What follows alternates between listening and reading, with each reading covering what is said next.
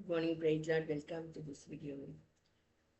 இந்த வீடியோ வந்து ரெண்டு விஷயங்களை ரிமைண்டராக நான் இந்த வீடியோ நான் பண்ணுறேன்.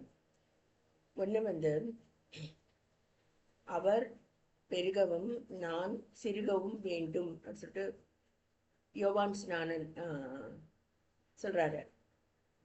அதுபோல் நிறைய ஜனங்கள் நான் பார்த்துருக்கேன். கத்தர் ஒரு ஆத்மாவில் கிரியை செய்கிறார் அப்படின்னா அந்த உடனே லேடிஸ் என்ன பண்ணுறாங்க, ஏதோ ஒரு கோஆப்டெக்ஸ் சாரி ஏதோ ஒன்று எடுத்து கட்டிக்கொள்கிறாங்க. எளிமையாக நான் இருக்கேன் அப்படின்னு சொல்லிட்டு அவங்க ஒரு வேடத்தை போடுறாங்க. அப்படிதான் நான் சொல்வேன். ஜென்ஸுன்னு என்ன பண்ணுறாங்க வந்து ஒயிட் ஷர்ட்டை போட்டுக்கொள்கிறத நான் பார்த்துருக்கேன். ஸோ இதெல்லாம் வந்து அவர் பெருகவும் நான் சிறுகவும் வேண்டும்னா நம்முடைய தேவைகளை நம்ம குறைத்து கொள்வது அல்ல அப்படின்னு சொல்லிட்டு நிறைய வீடியோஸில் நான் சொல்லியிருக்கேன். நான் வெள்ளையா உடை அணிந்து கொண்டாலும் நான் என்னுடைய ஜீவியம் கத்தருக்கு முன்பா அருவருப்பாக காணப்பட முடியும். அவருடைய வெளிச்சங்கள் வரும்போது அது நமக்கு தெரியும். நிறைய பேர் ஒயிட்டு தான் கட்டணும் அப்படின்னு சொல்றவங்க இருக்காங்க. ஆனால் உள்ளே போய் பார்த்தா சண்டையும் சச்சரவுமா இருக்கிறத நம்ம பார்க்கலாம். எங்களுடைய குரு ஒருத்தர் சொல்வார், அப்படி வெள்ளை போட்டிருக்கவங்க தான் பரிசுத்தவான்கள் அப்படின்னா அந்த சிஎம்சி நர்சஸும் காங்கிரஸ்காரர்களும் தான் பரிசுத்தவான்கள் அப்படின்னு சொல்லி சிரிப்பார். அதுக்கு தமாஷா பேசுவார் அவர். அது போல தான் வந்து இருக்குது.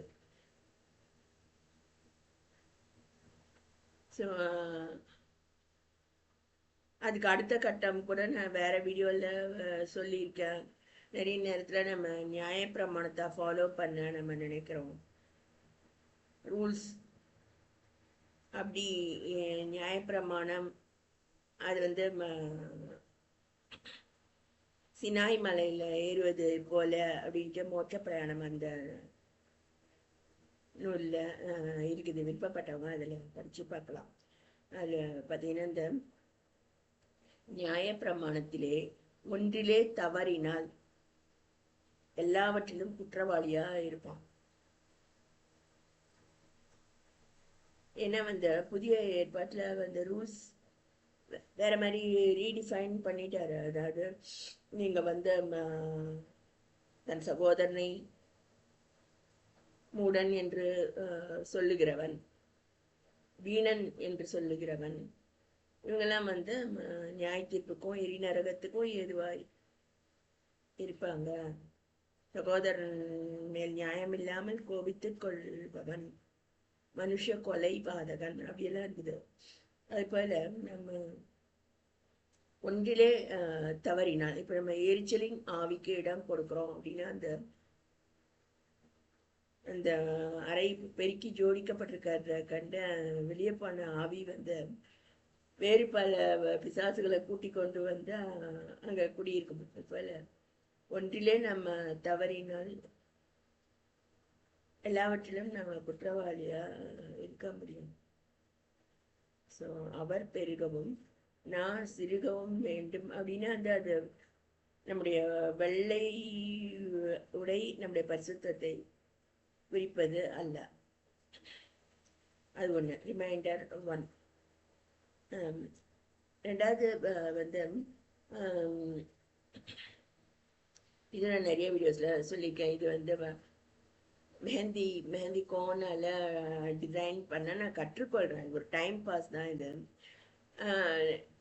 என்னோட தாயார் வந்து அதுமாரி நான் மெஹந்தி போட்டால் பயங்கரமாக அடி வெளுத்துருவாங்க.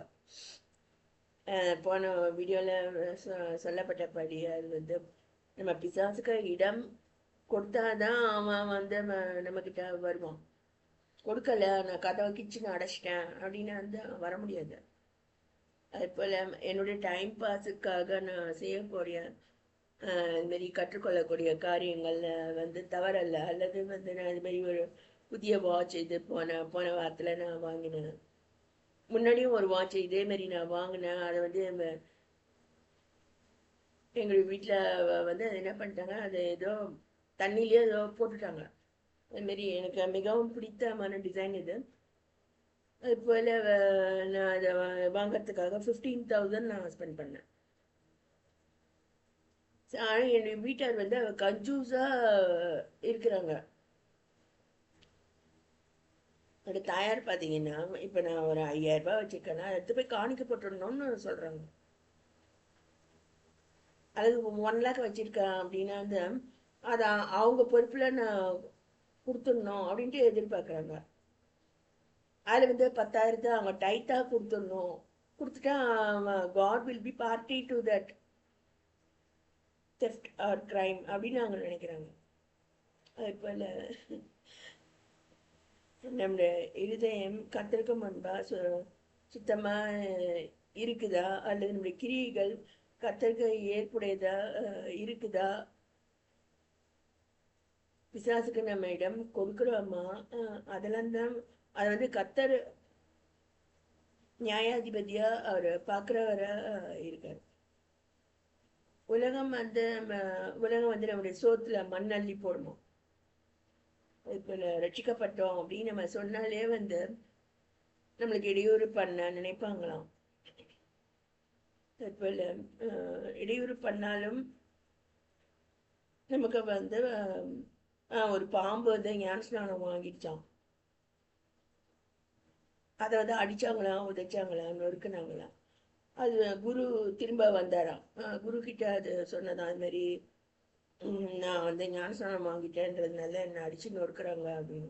இப்போ குரு சொன்னாரா, நீ வந்து சீர்றது உனக்கு குணம் இல்லையா, அதனால நீ சீரு, அதை பற்றி தப்பு கிடையாது. நீ ஒடுங்கி போய் சாகணும் அப்படின்றது கிடையாது அப்படின்னு அவர் சொல்லி தந்தார். இது மாதிரி 2 ரிமைண்டர் நான் இதில் சொல்ல விரும்புகிறேன்.